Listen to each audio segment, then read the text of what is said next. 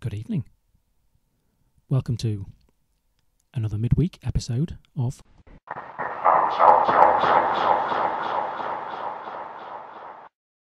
This week. It's time to talk all things home.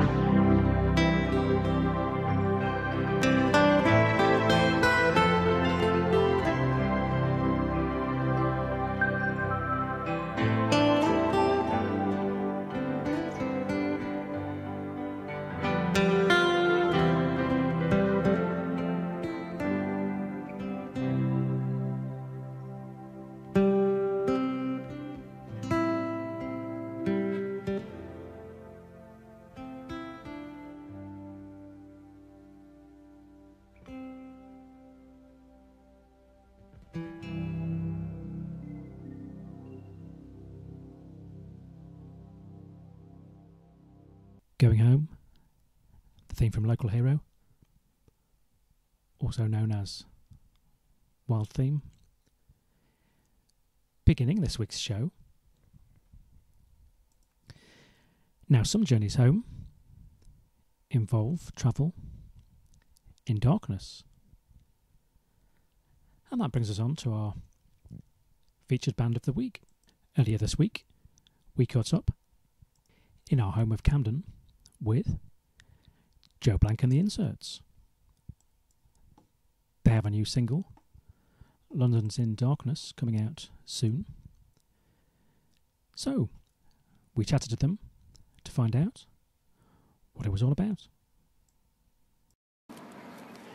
Okay, I'm here in Camden Town with the band Joe Blank and the Inserts. And with me are Sean and Tom. Hello. Good to meet you. So, Sean, tell me a bit about the band. Would you describe the style as rock? No, not really. I would say it's a mixture of lots of different things, but not really rock. This record that we're talking about is really more sort of soundtracky, really. Right. Yeah, I mean, it's been described as being like from a film, sort of quite a bleak film. Okay. And that's the new record you've got coming out soon? Yes, we have a single coming out on Friday, right, called London's in Darkness, and we have an album coming out 2 days later called Lemus. Okay. So yeah, that's what we've been up to. All right, and just going back a bit, when did the band actually start? Well, this record started about 10 years ago. Is when we first started writing some of the songs. And we've subsequently been in, I don't know, half a dozen bands each. Yes. But it's just been filling in bits and pieces whenever we've had the opportunity, which is it kind of defines the character of the record, I guess, a little bit. Yeah. It's, a lot of the songs developed organically and are very different from when they were originally conceived. Yes. But Sean came up with the original idea for the record, so... Yeah, I mean, the record's about a book, The Spy Who Came In From the Cold, and I had a song called Midnight, and it just felt like that was what the song was about, really, and we then looked at other songs that we'd written previously and thought that might work, and then we started to write around the idea of The Spy Who Came From the Cold. So that's a novel, is that right? Yeah, it's a John le Carré novel, and it's a spy novel, and the album is not really telling the story. It's more about the atmosphere of the book, really, which is, you're never sure who to trust in the book, right from the word go to right to the end. Right. And that's really what we wanted to capture in the record, that sort of unease of not really being sure of who to trust. Yes. And is the record kind of a story in one sense rather than separate unlinked tracks? Well, I mean, ideally we would, How's a narrative arc? Without being necessarily a musical. Yeah, it has a beginning. Yeah, definitely. The first track, for instance, is the first chapter of the book. Okay, yes. So it's kind of got that idea. Yes. And what ideally, I think every band would say this, that we would like you to listen to the whole thing from start to finish. Ah, right. Yes. But in the modern world, that doesn't happen. And the tracks do stand up individually. Yeah. But there's definitely it feels like it's one thing when you're listening to it. That's the idea. Yeah, there's a running theme throughout this. Yeah, I'd say. Yes. That makes sense. Yes. So you're usually a duo, but in the case of this record, you've got a lot more musicians in. We're very much a studio-based band. Yes. So, okay. Yes. It's more the idea of a collective, I guess. Is the thing in that we had this idea for this album, and then we just brought in different musicians on the track, so really, they're pretty much on an equal standing. Yes. In terms of their contribution. I see. Yes. We wrote the music, but. It's very collaborative with the musicians, and I think also that explains maybe why we decided to call ourselves Joe Blank and the Inserts. The idea being, lots of people, I think, will come and go. Okay, no, that makes sense now. Yes, yes. We're in the midst of maybe making another record that's very different to this one. Yes. That we might go out and play live, and may well feature other people.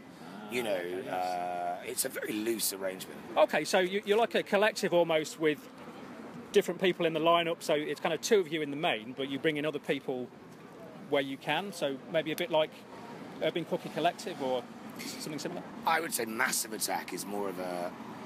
Clearly the people that the brains behind Massive Attack write the songs, but they get lots of other people involved, and I would say that's kind of similar. It's not musically similar, but that's the idea. We've written all the songs, but and again the collaboration brings the character of the record. Yes, into play. So, can you describe briefly the collaborators on this project, or the types of musicians you've got?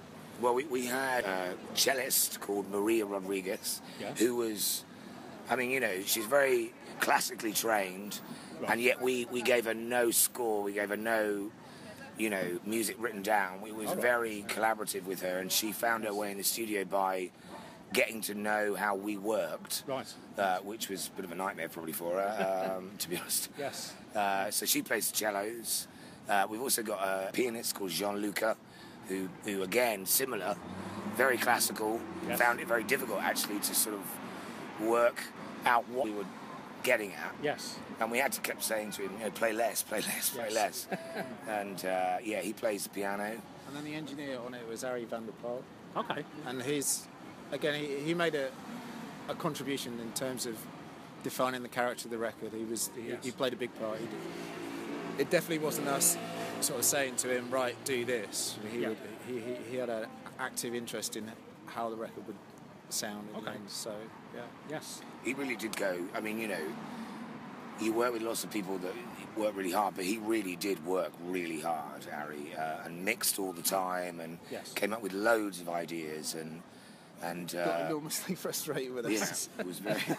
Because as we said to him, can you just do it a little bit we're not sure more about like that? Yeah, we were quite indecisive. We kind of knew what we wanted. Yeah. But we didn't quite know how to articulate that.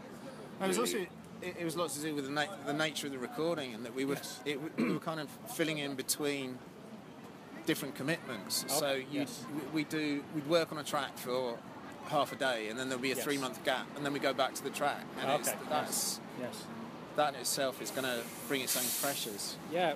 Was there a certain amount of spontaneity with the music? A bit like sort of jazz music where no take is going to be the same. I mean, is that?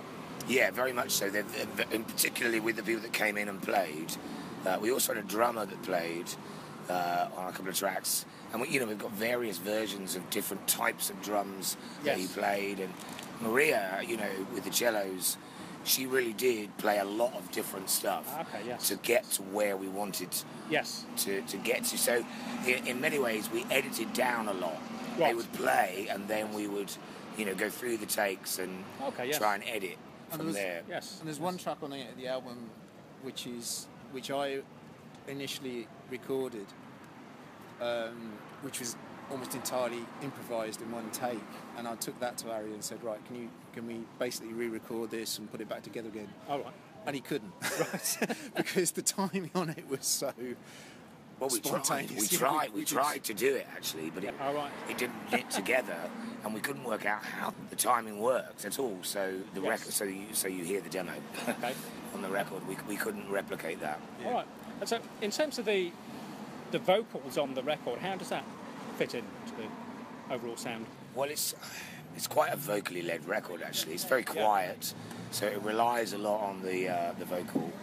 And we were, again, very lucky that Harry was able to record the vocals, for us, and that was a very easy process actually. That was quite easy. But the vocals are a big part of it because it's such a quiet record. There's not. Okay. Yes. You're not going to get very heavy. No, that makes sense. Guitars or groovy kind of stuff. So it's very song based. Okay. To describe it a soundscape or parts of it? Would that be? Yeah. It's got that. It's got that quality to it. I think maybe. Yeah. In terms of the length of the tracks, are there tracks that are 12 minutes long? No, they're not that long. The tracks. Oh, right. Okay. Sounds interesting. Yes. Well, I know that some bands are going the single approach today, particularly with iTunes, but I'm personally a fan of the album format, and I think a lot of people still are. I think there is still support for an album format where you do listen to the whole thing in one go and not just sampling. Yeah, we are for sure. Yeah, I think there is almost a resurgence, really. I think particularly with shops selling vinyl more now, with buying the album again. So I think it's taking out all my old cassettes. That's right. Yeah. I think also the iTunes generation are missing out on that experience of going into a record shop and actually buying a record. That's right. I started out, my first job as a kid was in a record shop. Okay. And people used to come, and it was sort of a ritual, wasn't it? You'd go in and every week, you'd look around and then you'd make your purchase. And you walk away with a physical record. Yes. Whereas I think a lot of people now are missing out on that experience. Yeah, I think so. And sometimes you'd meet people in the shop who you'd be talking about the same types of music, and definitely. Or the person in the shop, which would have been you, would be advising the customers on what's coming out and so on. And bands used to break in record shops, very gradually. Yes, absolutely. People would talk about. That's right. I remember the Stone Roses. Yeah. Their first album, no one knew who the Stone Roses were at all. And very, very gradually, over sort of 18 months, 2 years, people gradually got to know who they were, and their records started to sell. Those days of I think it's so different now. Yes. With the internet, and I You just got to download from here, download from there, and it's a different world. yes. Well, I guess it's good you can get it quickly on the download site for people to access. Yeah. And, okay, and on that subject, what's the best website for people to find out about your music? We're involved with a company called Music of Substance. Okay. Yeah. So they have a YouTube page and a big presence online. Right. With things like SoundCloud, you'll find us on their details. But the main way of getting hold of us is actually Facebook. All right. Okay. Yeah. So, in terms of songwriting, what's your approach? Do you write songs individually, or is it a collaborative effort once everyone's together in the studio? It's both, actually.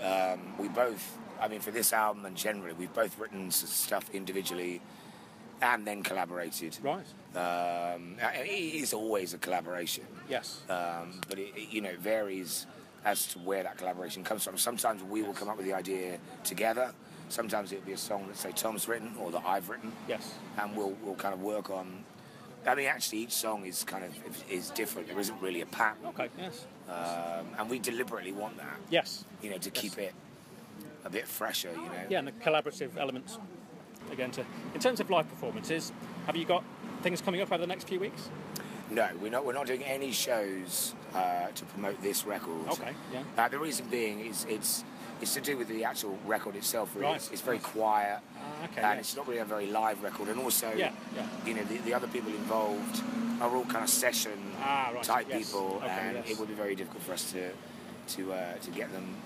In terms of their schedule, but we are working on another record. We're quite a long way down the track in recording it, and that's a bit more of a live feel. Right. And that may well be that we look to play some shows. Right. Actually, what's come to mind then is Rick Wakeman's Journey to the Centre of the Earth, like your format in that it's a studio album project, and you could put on a large performance at some stage with assembling a cast of people. It is definitely a possibility, but we're not doing ice skates, that's for sure. Right. We're not going anywhere near that. No, on ice might be... There'll be no flowing robes involved, unless you're thinking of wearing that sort of costume, Tom, which, is maybe roller disco, maybe? It would. I tell you what, it would be lovely to do a show with everyone on this record at some point. Yes. So put it together. it may well be that we aim to do that at some point. Yes, that makes sense. But there are no plans immediately. Yeah. Okay, no, I think that makes sense. Yes.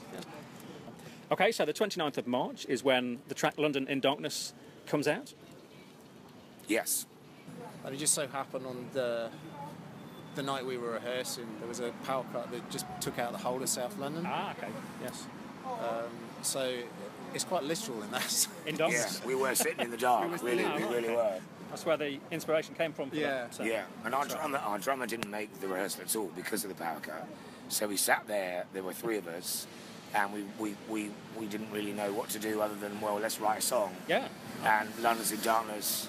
That's where the title came from. Yeah. So the inspiration for the lyrics was trying to think of maybe the world in negative and opportunities for people to do things that you can't do when London is not in darkness. So so it moved away from the literal to the metaphorical pretty quickly. And then, in terms of this record, if you're thinking about it's a lot about spies and espionage, and if you're thinking about the world again, going through the mirror or whatever, it's kind of going into that territory, and so it's drawn on that imagery as well. Okay. Yes. I think it's quite important as well. It's that central to The Spy Who Came from the Cold is a relationship that develops during the book. Yes. That is a very cynical relationship. It's a very cynical situation, but there's actually genuine. It feels like it's a genuine thing. They actually care about each other, and that's what this song is trying to get at as well. That it's a very cynical situation, but there's actually a sense of a romantic situation within this song. Yes, it's essentially a love song. It is really in a very with two very different characters, one very cynical and one very naive. Yes. You get that all in 2 minutes. And the single London's in Darkness will be out on the 29th of March. Well, thanks very much, Sean and Tom from Joe Blank and the Inserts, for speaking to Camden Town Radio today. It's a pleasure, absolute pleasure. it was great to have you on the show, and we hope to catch up with you again soon. Yes, thank you very much. Thanks for having us. So this is Joe Blank and the Inserts on Camden Town Radio. Many, many thanks for all of your support.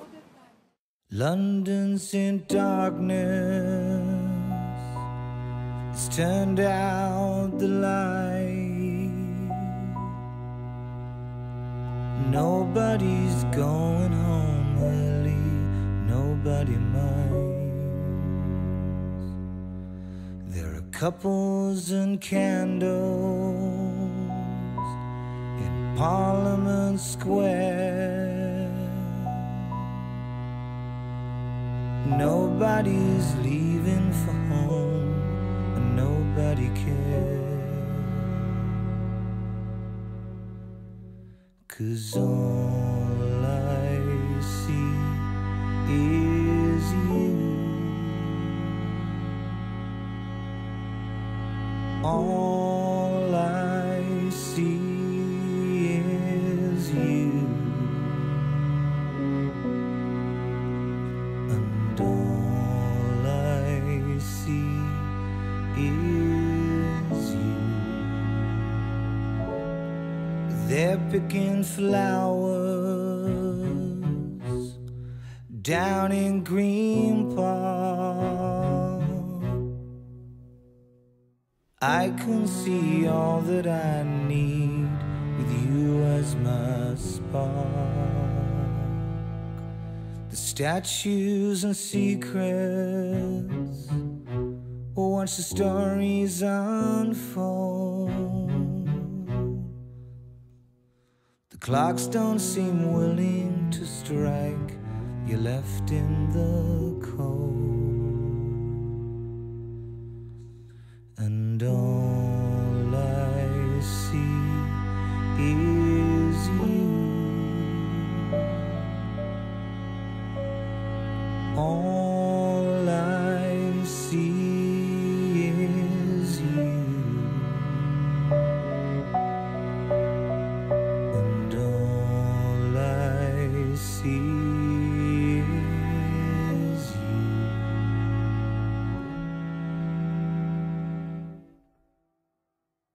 The track London's in Darkness by the band Joe Blank and the Inserts. The new single from the band, and it's out this Friday, the 29th of March. And thanks to Sean and Tom from the band for speaking to me in Camden Town earlier this week. It's always good to be home. Now, home is where the heart is, and some people would say the heart of the home is in the kitchen. And if you get yourself down to the Blues Kitchen this Thursday, the 28th of March, here's what you might find.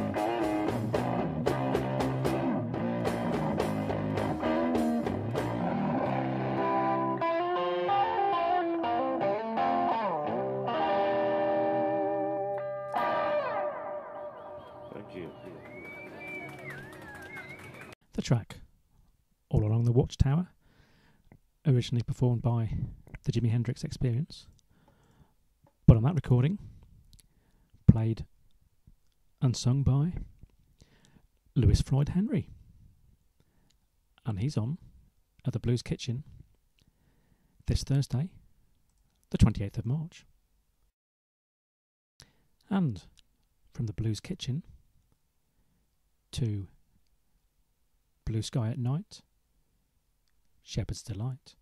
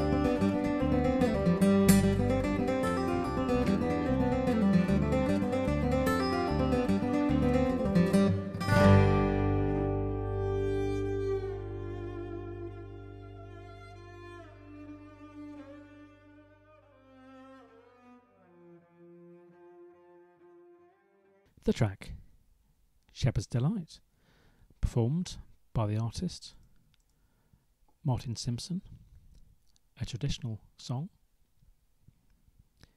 and he's on at King's Place in King's Cross this Friday, the 29th of March.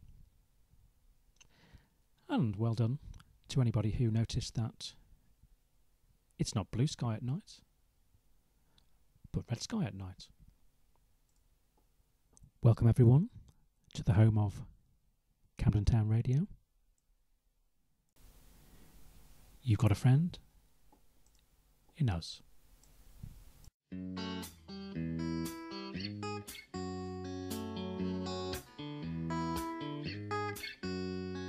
You got a friend in me, darling. You've got a friend in me. 'Cause when I looked at your face, I seen a wonderful place, and I knew it was there for me. You got the sweetest smile, darling. You got it all for me. 'Cause when I looked at your eyes, I seen a terrible prize, and I knew it was meant for me. You follow me home when I'm finished in work. You're creeping so quietly so I don't get scared. I sit in your garden on your fence at night. I'm watching you live through the day and moonlight.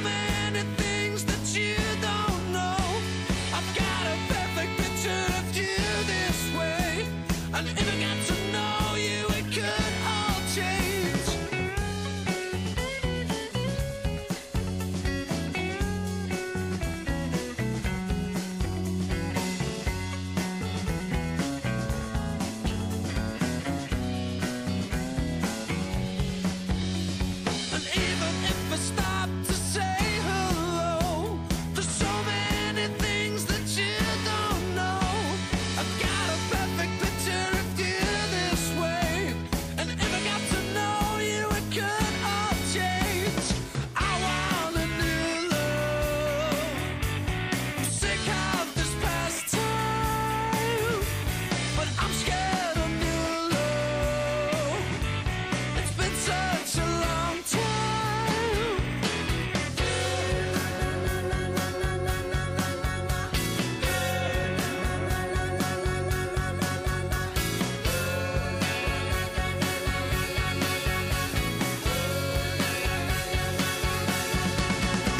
You got a friend, you got a friend, oh, you got a friend, no, no, you got a friend, you got a friend, you got a friend, oh, you got a friend in me.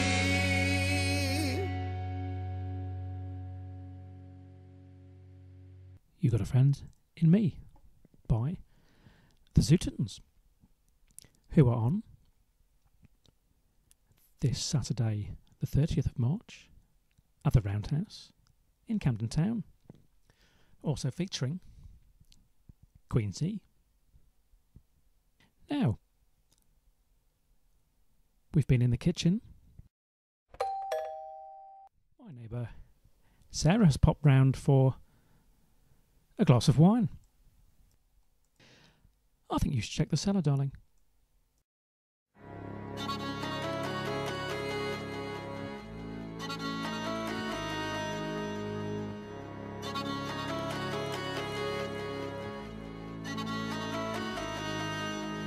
Avalanche, avalanche, avalanche, avalanche, avalanche, avalanche, avalanche, avalanche, avalanche, avalanche, avalanche, avalanche, avalanche,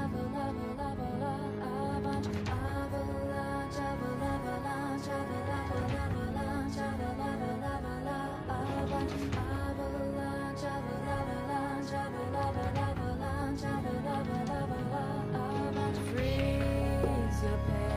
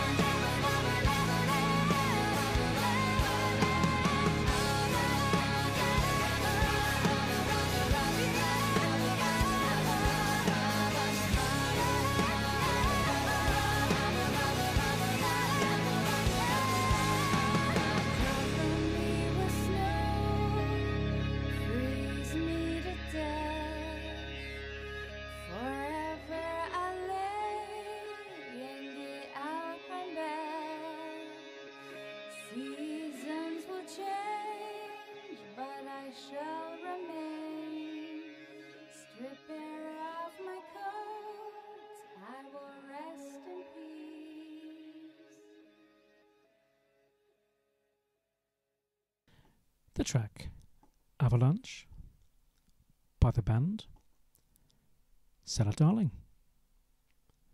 And they're on at the Jazz Cafe this Sunday, the 31st of March. And hopefully there won't be an avalanche when you head down to your cellar, as long as you don't stack things too high. You should be fine. And hopefully they'll sell a lot of tickets for the show. You better get yours now. Well, thanks for joining us from our home of Camden Town and here on the airwaves. We'll be back soon. In the meantime, my name's Howard J. Foster. This has been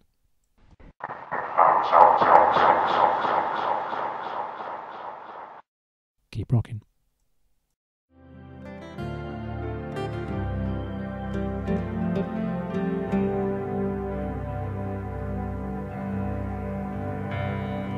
Thank you.